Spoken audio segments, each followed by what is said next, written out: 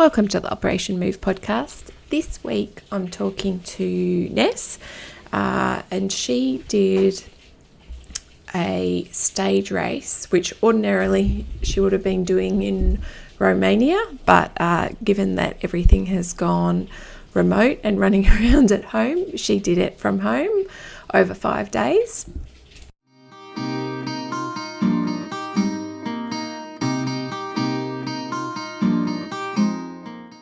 But yeah, I'm actually lucky to get into the office today with Piper at home, but she's got like SpongeBob on Netflix on like an eternal repeat. So I've made her 2 toasted cheese sandwiches. So it's just like a bottomless pit at the moment. There's like you cannot, like I'm always looking like how can I get more fat into this so it could potentially fill her up for longer.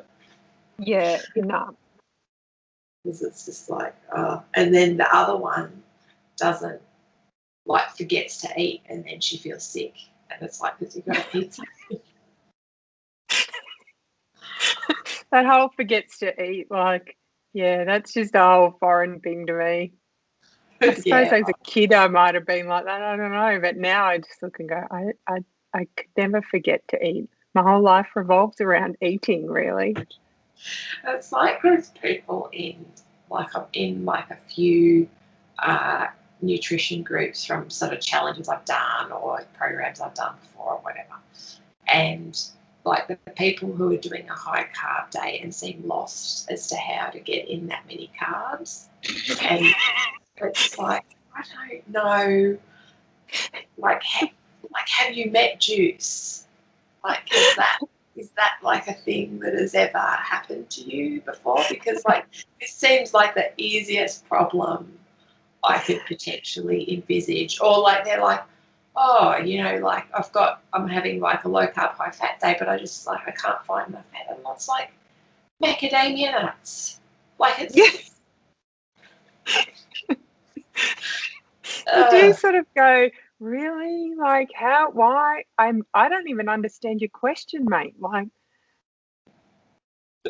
yeah, it's just like it is insane. Like when I think particularly because like a lot of people come into it having been on a super restrictive diet for a really, really long time. So the idea of like eating more is really challenging. And even like they'll have a thing of like, oh, well, you know, like I could eat more, but isn't it still better to be under? Yeah, that's a whole mind sort of set thing. Yeah. Isn't it? Like it's whereas I'm like getting to the end of the day, it's like, what else can I wedge in here? It's got to be something.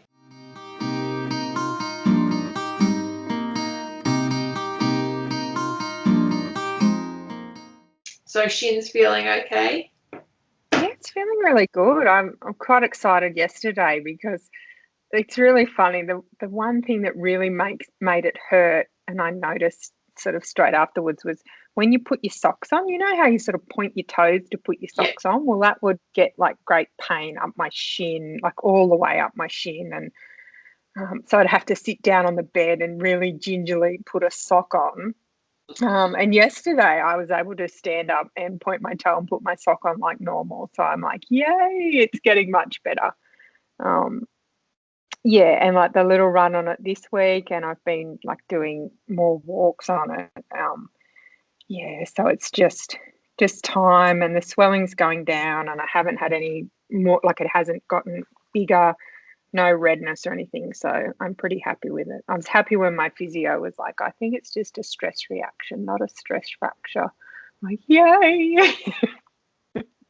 Yeah, it's really interesting. I was listening. I've been listening to the back episodes of Stronger by Science because they're on a hiatus, which is very annoying to me because it's my favourite thing to listen to. And as it is, like they only usually put out an episode like once every 2 weeks or so. So, and they had a guy who's a chiropractor, but also sort of specialises in pain science. Yep. And it was really interesting because he was talking about how like people tend to sort of like have this concept of, like pain equals tissue damage, and that the two things are very connected. Like the more pain you have, the more tissue damage there is, and all that sort of stuff. And he said they're just very, very poorly related. And that, like, a lot of the research he has done is like so much of it, like the outcome, so much of it hinges on like the language that is used to describe it to the patient and how it's sort of contextualized. And they've even done research on like torn meniscus where like one person would get the surgery and then the other person, they would just pretend to give them the surgery and have the outcomes be exactly the same. That's amazing, isn't it? And so, and he said it was really well controlled in that the surgeon didn't even know, like, if they were going to be doing the surgery. He'd just get like an envelope and go, oh, we are doing the surgery, cool, or like we're not. And just sort of like, sort of like talking about sort of essentially destigmatizing pain. It's like yes, it is something that you need to pay attention to, but not all pain is bad. Like not all pain should stop you from, like moving. And it's a fine line because, like people will do all sorts of stuff that they shouldn't. In terms of like injuries and stuff like that. But it was really interesting, and it kind of lined up with what Michael had said to me when I was sort of rehabbing everything. And any time I'd get like a nipple in my foot, I'd sort of like have a bit of a panic, and he'd be like, no, like it's not necessarily bad. You're going to have these things as your body adapts. You've got to look at a trend over time, not at like a specific moment, and just calm the farm a little bit and just sort of keep going.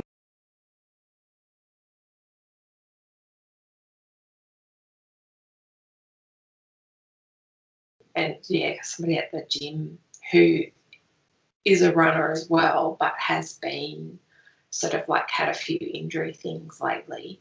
She's like, how do you run so much? I'm like, she said, you just never get injured. And I'm like, I do a lot of stuff to make sure that doesn't happen ever again. And I think we might have discussed it in a message or something, but it's like if I had known that running would involve all this other stuff, I would have stopped before I fell in love with it, because like, some days there's not enough hours in the day to do like stretches and a bit of rehab and all bits of work to do on the little bits and pieces. And it's like, man, I just want to run.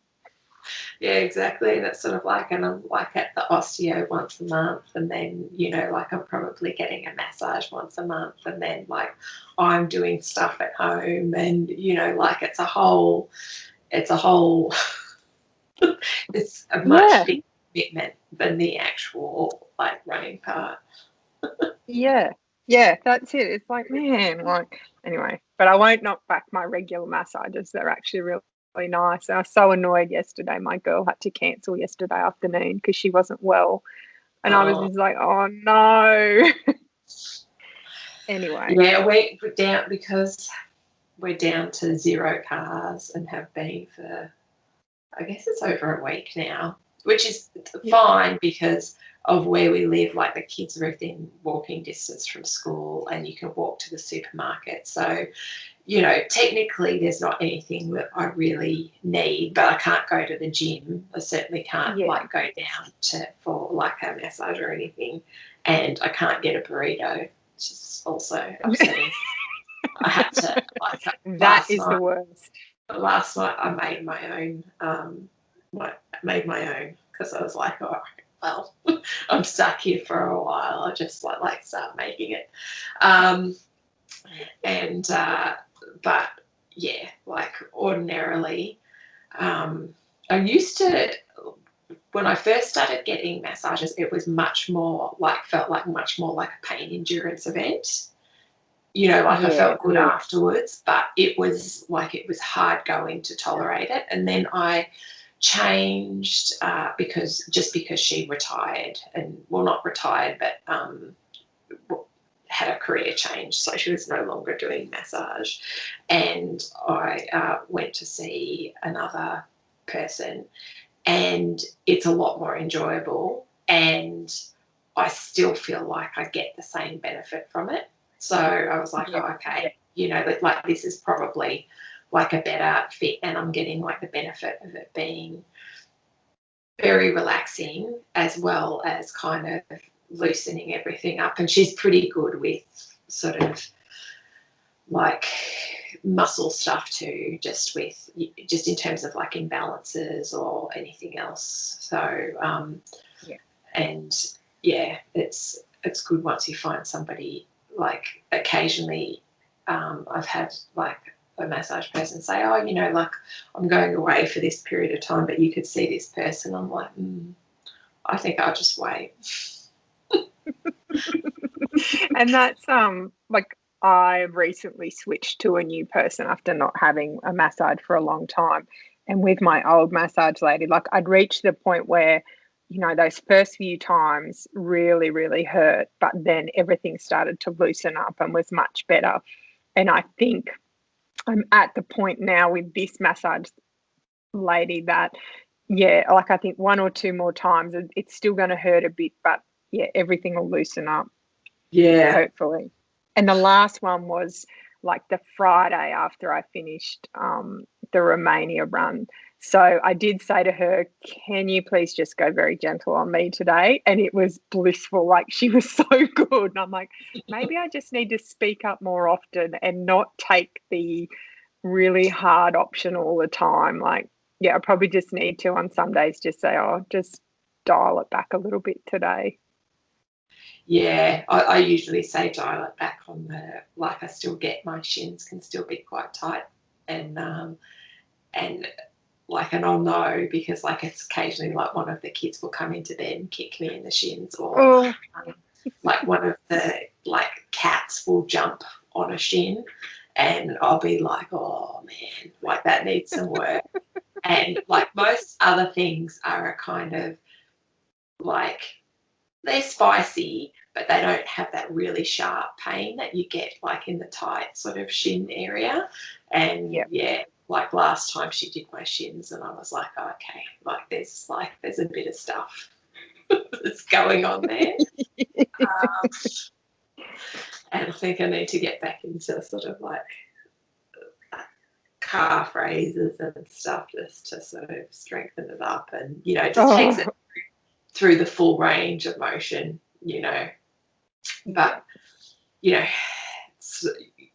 I always feel like with the accessory stuff, it's like one thing gets really good and then like another thing drop the ball on. So you can never be doing everything. I'm so glad you say that, because it's like, yeah, like, oh, it's like more calf raises, and that's what my physio said about my shin, you know. Yep, do heaps. And I'm like, oh, bloody calf raises. And then yeah, something else will drop off, and you know, I need to be mindful of ITB issues, so we've got to do all those little things as well. And oh yeah, anyway, we get there in the end, don't we, sort of. Yeah, and I think too, it's just like, and sometimes when I'm more busy, I'll just rely more and more on like going and paying someone to do like the stuff that I haven't done during the week. Yeah. Like obviously not with like strength training exercises, but in terms of like rolling or stretching or whatever. Like sometimes if I'm super busy, it's just easier to go, okay, I'm going to have like a massage every fortnight because I'm just not getting to this stuff, and I'm happy to pay someone else to do it. It's more fun for me. Yeah. And other times when like I'm not so flat out, I could go, yeah, I can take the time to do this, and I can stretch out those massage appointments, and you know, but yeah, like it's definitely is a kind of like how long is a piece of string sort of scenario. Yeah. You know, like just, and I'm sure it's probably gotten, you know, like more pronounced to, like, it's weird, but just with working, even though I've always worked from home, so it's no different, but having a second person working from home, I'm just noticing that I move around less because, like, he's got his space and I've got my space, and so probably tend to spend more time at a stretch in the office. And so, yeah, I used to have like these little sort of like massage balls in the office that I would roll my feet out like while I was on the computer.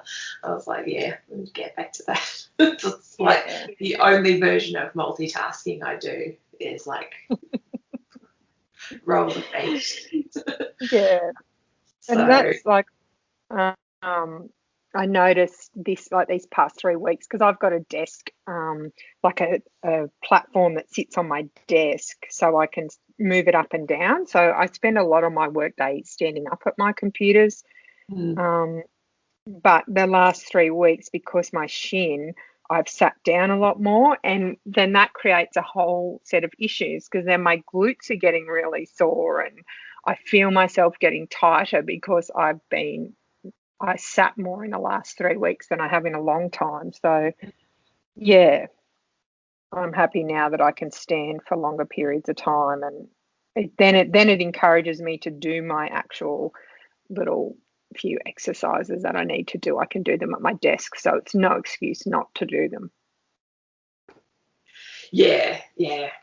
Like, I think that I probably struggle the most with on like school holidays because then, like, instead of being in the office, I'm like hunched over a laptop on the couch or whatever because it's just easier to let the kids take it over. But, you know, it's just not a hill I'm ready to die on. It's just like, yeah, go take the office because then you're out of my hair for longer periods of time, and you know, all of that sort of stuff. But yeah, I think like lucky hearing that they're at school, but I don't think that Josh is going to go back to like being in the office this year. And he's slowly teetering on the edge of madness as it is. So, you know, like, where did you first see or hear about the Romanian challenge? Well, we have a gentleman in the Dubbo area. He actually lives not far from me. You know, we're pretty lucky in the Dubbo area. We have a great running community, you know, different groups doing different things at various times. But this gentleman, there'd been a couple of other runs that Romania had been doing. There was like a 10K and a 70K or something. And I'd sort of seen them and thought, oh no, I just couldn't be bothered to do a virtual race. And then somehow he tagged me in a post with a lot of us and said, oh, you know, this is coming up. I was meant to go to Romania to do this, and it's now going to be a virtual race. I think you should all join in, blah, blah, blah. And I'm like, oh, yeah, no, not going to do that. And then as it sort of, you give it another couple of weeks and then someone else gets tagged in it. So, of course, you get notified like on Facebook or something. And I'm like, oh, okay, like, yeah. So he sort of planted the idea, and then somehow he had email addresses as well. So we got emails from him, like big group emails, and that sort of made me decide, oh, yeah, give it a go. Because then at that stage, the Ultra Race Romania organisers had said, we'll give you 25 days. And I thought, oh, you know, yeah, why not give it a go? You want to have a crack at doing a multi-day, multi-stage thing. So why not do one at home where you can sleep in your own bed and you don't have to carry a pack of 12 to 15 kilos? So, yeah, I paid my money and signed up. uh, running friends are such like sort of like gateway drugs to things. It's like, Yeah. it's And sort of like how everything took off with the like with the Tennessee virtual thing. It's like so many people signed up for that. And that's like, I admitted to my chiropractor yesterday because he asked how it was going, and I said, oh, I'm not actually going to make it across Tennessee. I said my little shin injury has sort of put a stop to that. And he's like, but look at you being sensible. I said, yeah, I know, but gee, I would have liked to have finished it. And he's like, no. I'm like, yeah, I know, but anyway. So yeah, no. And I do call like this gentleman, he's an older gentleman, and he does numerous of these multi-day, multi-stage things and Ironman, and he's a dead set enabler, and like really is a great cheer squad for anyone that wants to do anything. So yeah, I blame him. Yeah, and I think that like I haven't done. I think that the closest I've come to sort of like a multi-stage thing was with the pan packs, and so even though it was sort of like it was shorter distance, but it was like hard running, and I remember just feeling really like got to, I think it was like the last day, and it had been, I guess, going for about 5 days or whatever, and had this 10K flat trail to do, and I was like, I do not know now how this is happening. Like, I feel awful. And it was just like, and by the end of it, like I felt actually physically hot just from the inflammation of going, of doing those sort of 5 days in a row, and yeah, like it's very, very sneaky like that, because you're kind of thinking, well, you know, like I run most days anyway, like how bad could it possibly be? And it's like, yeah, but you don't usually race every day. Yeah, and that's it. Like I was thinking, oh, you know, you run, 40 to 50 Ks, it'll be right. How bad can it be? And then you get to sort of day 4 and you're like, yeah, it's pretty bad. Yeah, because you don't usually run multiples. Exactly. So with your training, how did you find that in the lead up? Was that mostly enjoyable, or how did you feel going into it? Yeah, it was like, yes, the training was enjoyable. June, because I think, was it May that I decided that I would sort of try and run every day or do something every day, do my little streak. So I did that, did the 45 minutes every day, and that was really good. And then a combination of life and work sort of got in the way in mid-June. That continued on until, well, it's still sort of going on now. And it just meant that work took over, and so running was reduced. And so I would have liked to have been able to continue on with my run streak and doing more every day. But I did get my long runs in, and they were, yeah, I really enjoyed them, like getting out and just, escaping life for hours, 4 or 5 hours on a Saturday or Sunday. But yeah, I was really happy with the training, and I guess it's hard when you haven't done something like over multiple days. You don't really know, like, how do you train for that? How do you train to get up and go and run another 50 Ks on the next day? And I guess it was always in the back of my mind, yes, I'd like to do it in the 6 days, but as it's a virtual event and I can take up the 25 days, if the wheels all fall off the cart, we'll just take a little bit longer. Yeah, but the training was good. Yeah, and I'd probably next time, if I was having a crack at a real one in a beautiful location somewhere.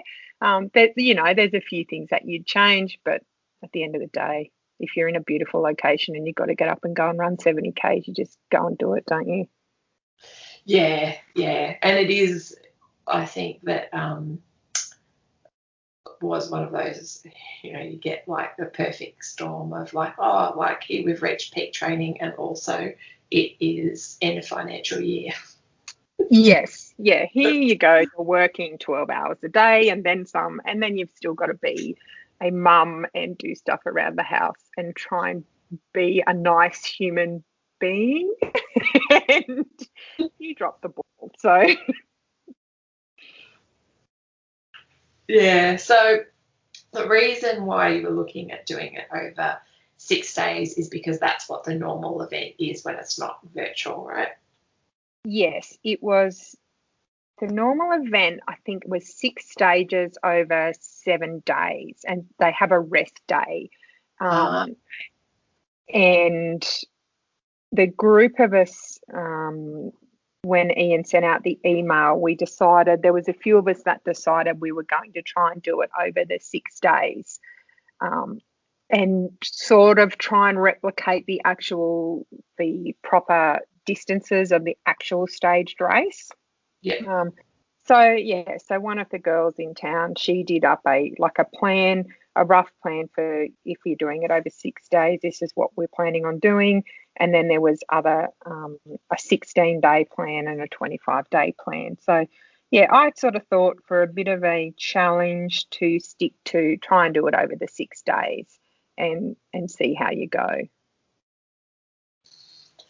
Yeah, and you were sort of doing most of that solo, or was it sort of like half in half, or?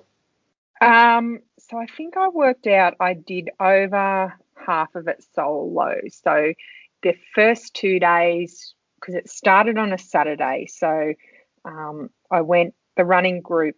Like I live 25 Ks away from Dubbo, and so getting into town early mornings to go and run with the group is sometimes a bit difficult. But on the Saturday and the Sunday, we started at 5 o'clock on both of those days and ran with a group.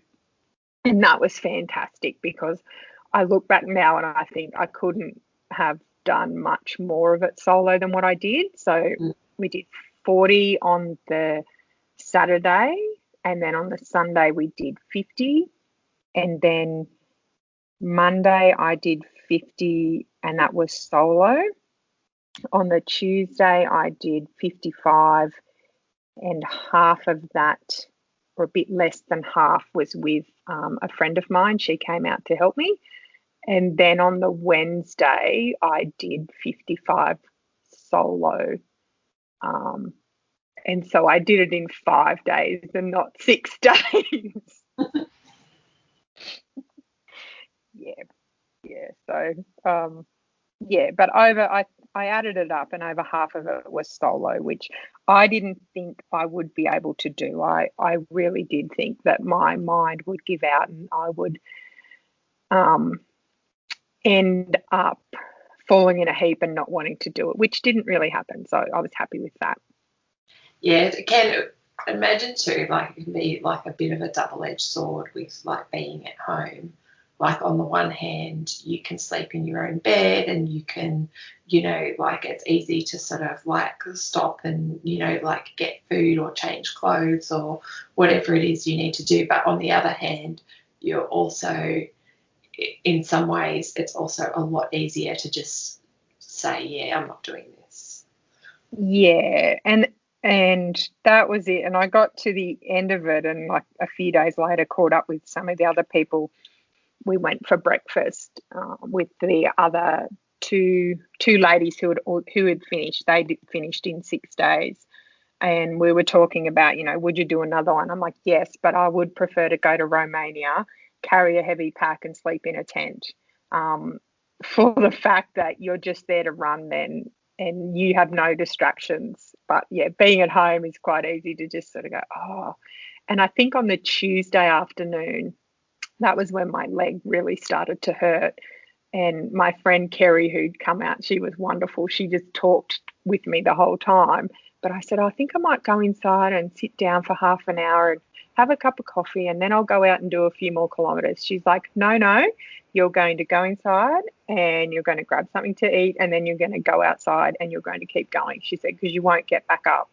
And I'm glad she said that, because I'm like, yeah, no, I would have come inside. I would have sat on the lounge. I would have cooled down. I would have gone to get back up and go, no, I'm not doing any more kilometres. So, yeah, sleeping in your own bed is good, but the temptation to not get out and do it was very high at times. Yeah. It's I think that it is one of those things when we were talking about it, it's kind of like, oh, like it's going to be so nice to sort of sleep in your own bed and like have all of these sort of like familiar things around, but it does sort of like go the other way as well, where like a lot of the times if you're at like an actual event, it's like, well, what am I going to do? Like I've got to keep going. So, like the food is in one direction, so we'll just like keep doing that. And there's less decision making that has to happen, Yeah, exactly. And like at the end of the day, when you finish, you wheel in. I'm like, because I think in these events you have to carry your own food and you cook it up in your little stove, which you carry as well.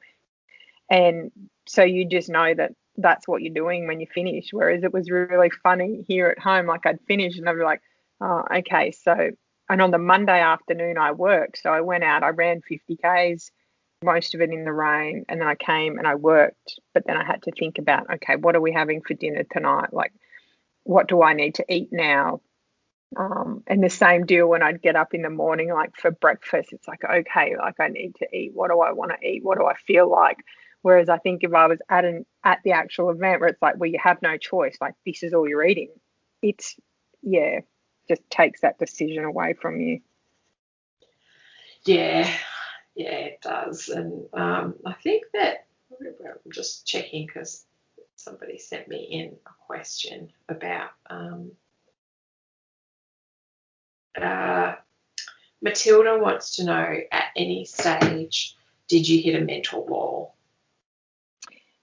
Yes, and that would have been on the Tuesday. So we're on day 4? Yeah, day 4. So Tuesday was going to be my big day, and I'd worked out where I wanted to run. I've got some mountain bike tracks which are 500 meters from my house. They're in the reserve, which I love running in. The lap is about 8.8 kilometers. A nice bit of sort of uphill, downhill, lovely running spot. And I decided that I was going to park my car there. My parents' house is closer to the reserve than my house, so I thought, like, at least if I need to go to the loo or I want to heat up some more food or make a coffee, I can duck to their house.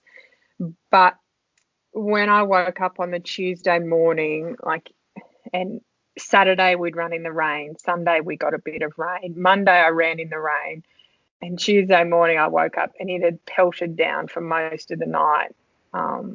So I woke up at 4 o'clock and I messaged my group of friends and said, look, I don't need to run in the rain and end up in hospital with pneumonia. So I'm just going to wait and see what happens with the day.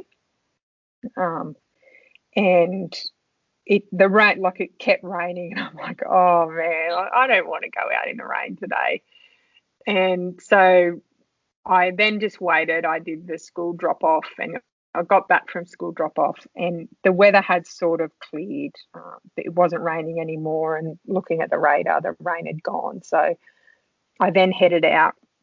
And my friend Kerry said, I'll be out about lunchtime to run with you. So I got in sort of 3 hours of running by myself before she came. And it was during that time that, like, my leg had started to hurt, and I would guess I was annoyed that I didn't get to do the day that I planned on the reserve, because I could have run on the mountain bike tracks, but the mountain bike group do a great job at maintaining them. And I thought, if I'm there doing 8 or 10 laps, they're not going to be too happy with all the muddy track that I make. So, my route had changed.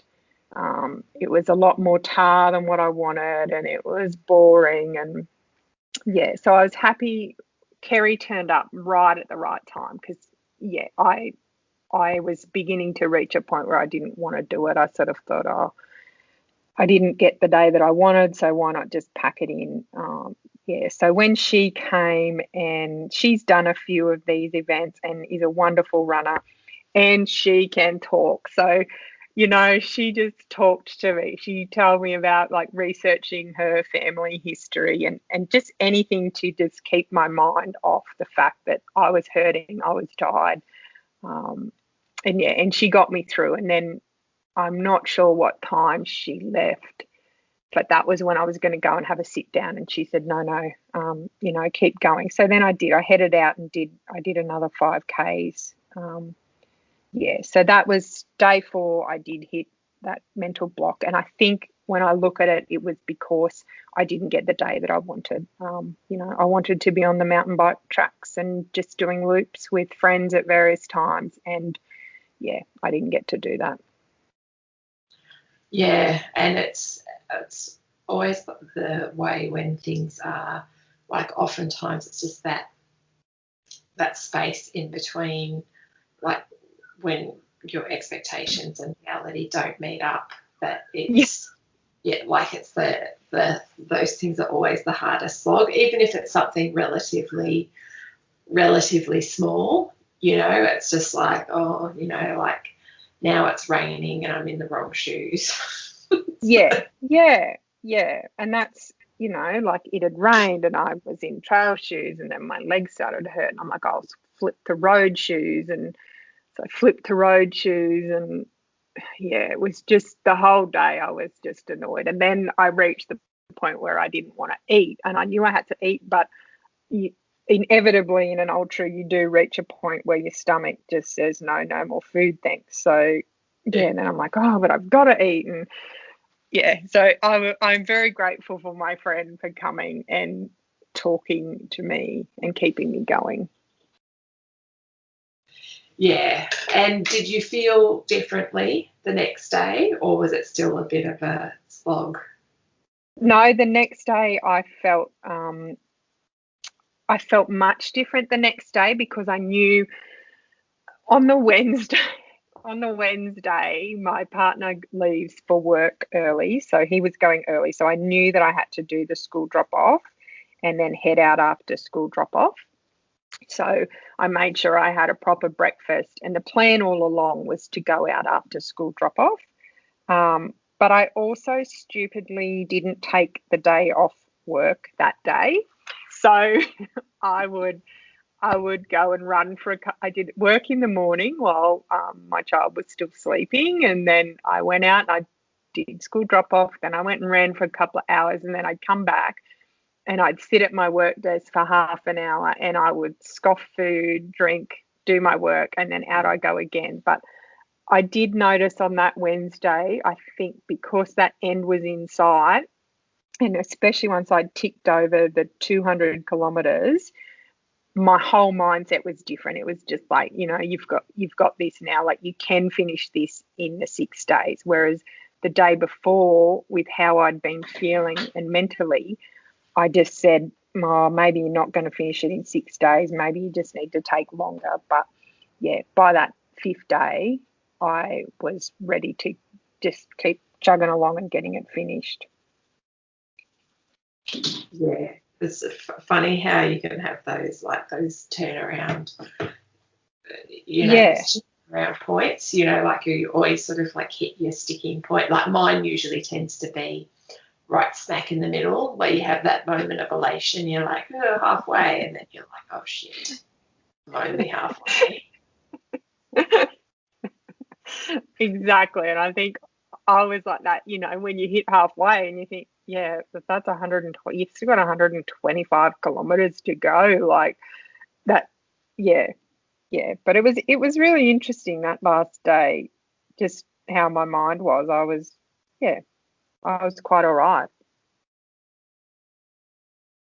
So what on that last day, when did you actually end up finishing? So I think I finished at about 8 o'clock at night, and it was 6 o'clock and I had worked out I had 10 point something kilometres to go, or nearly 10 kilometres to go at 6 o'clock. And so I came inside and got my headlight and a bit more food and stashed my belt with some snacks, and yeah, said to my partner, he's like, oh, what are you doing? And I'm like, I've got 10 Ks to go. I'm just going to do it now. He's like, what, for the day? I said, no, to finish the whole thing.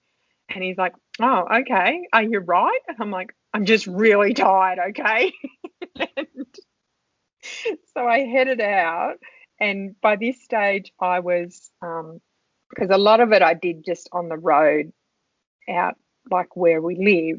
But by this stage, I was just doing laps around our paddock. And I think it was like a 1.3 or 1.4K loop around our paddock. Yeah, so I just decided I would go out and hike that. And yeah, about 8 o'clock at night, finished in the dark all by myself, which is sort of like it's sort of a bit of a it's a bit of a letdown, but it was really funny because like I finished at this paddock gate, and it's probably it wouldn't be 200 meters, probably 100 meters from that gate to my house yard to in the back of the house. And so I'd been motoring along because I can power hike at a fair pace.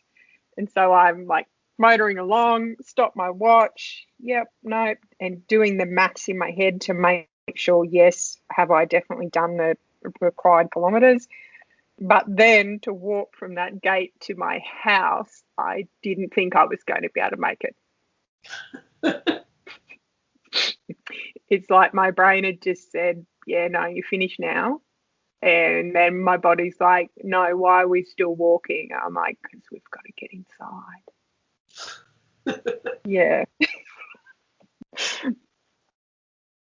Yeah, I mean, when you get that close to the end, like the idea of getting up the next morning for another bit, you're like, no, like, just do it now.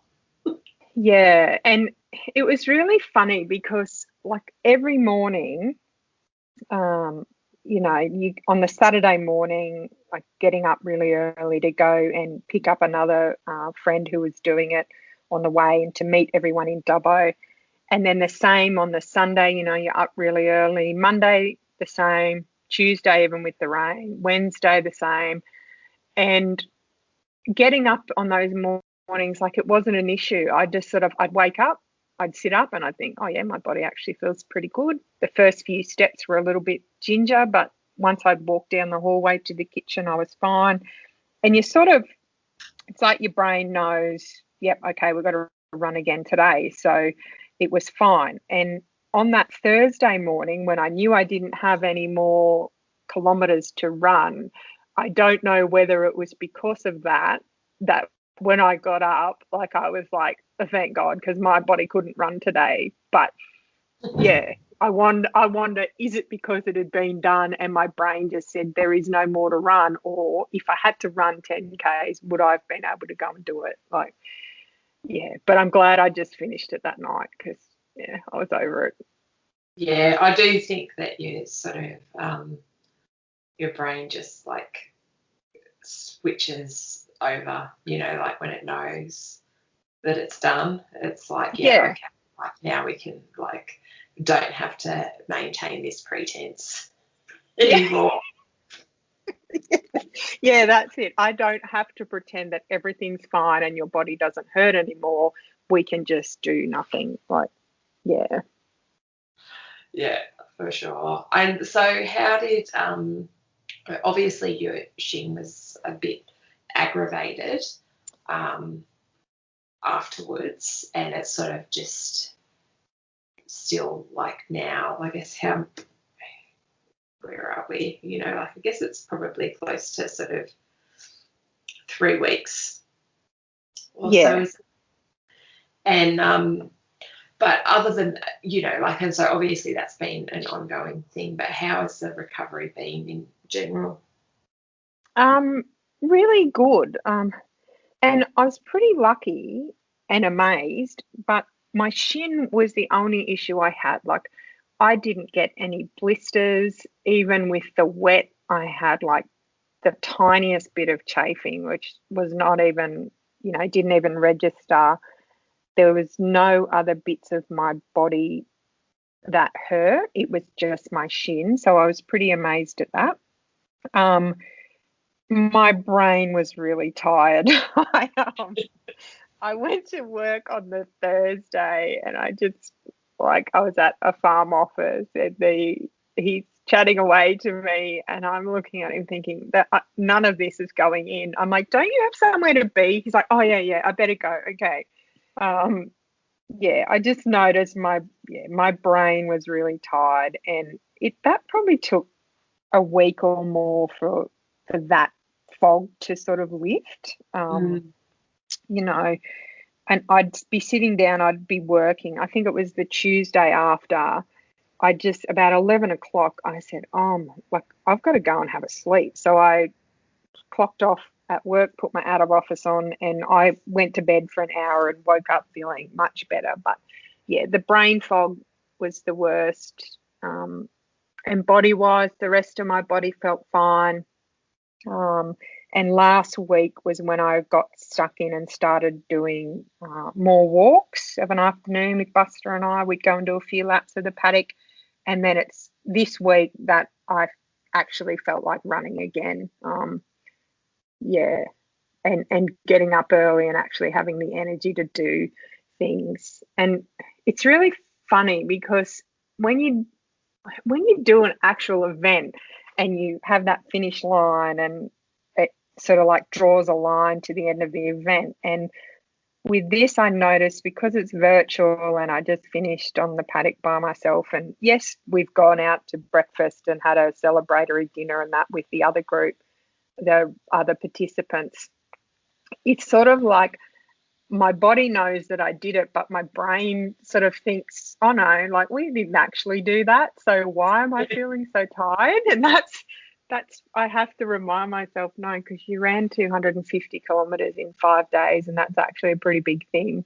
Yeah, I so think that's like even some of it is just like the language around it. Like I found like I typed out on like where you can ask a question on Instagram stories if anyone had any questions for you about, and I was writing like virtual stage race, and I'm like, but she did it.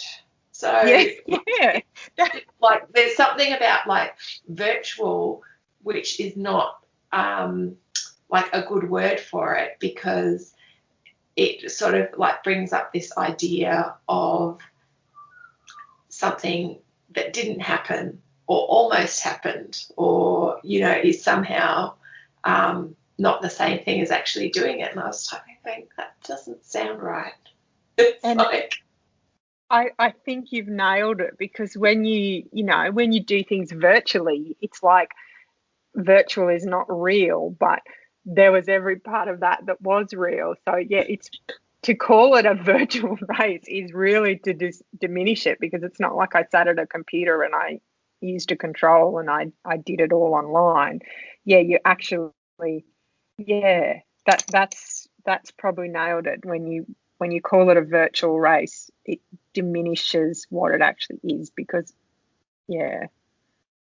yeah, exactly. Like it's just sort of, you know, like I guess like when people first started coming up with virtual races, they're virtual in the sense that you can't physically compete against the other people who are doing the same thing. So that's the part of it that's virtual, but the actual race is very, very real.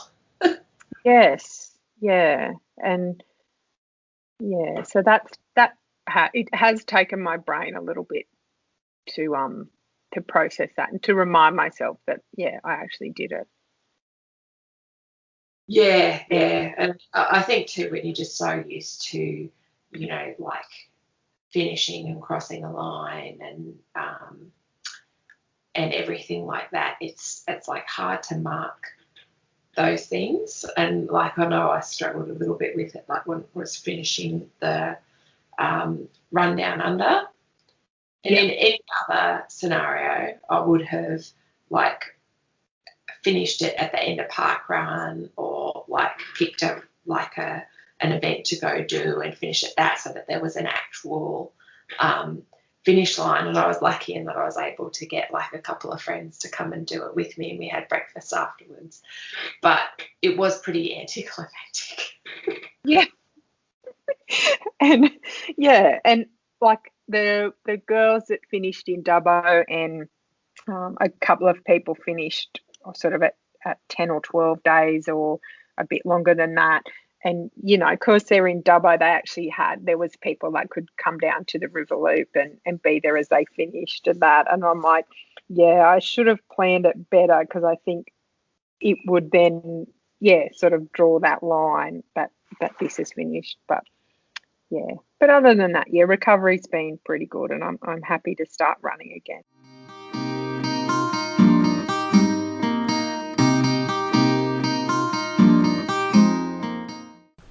Thank you so much to Ness for joining us and sharing her adventure. And if you want to check out her future adventures, I will just link up her Instagram profile in the notes. This month is Operation Move's birthday month, which conveniently is the same as my birthday month, so it's easy to remember.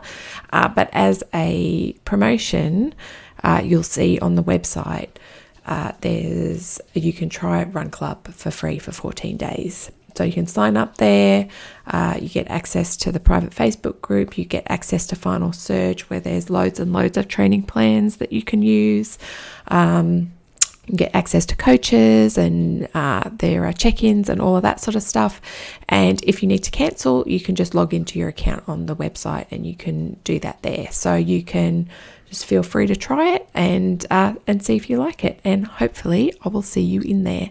And also, another thing that is going on too is if you want to support Operation Move and the podcast on Patreon, you can hop over there, and if you sign up to that, you'll get all the bonus content over there, which includes, I've got a 30-minute or so bonus episode with Jen from the last podcast. That's up on there, as well as a bunch of other stuff. And as a bonus for signing up before the 18th of September, you will get access to, there's going to be an ebook of 52 workouts. Should keep you plenty busy. So that's all available at the moment, and I will catch you next week.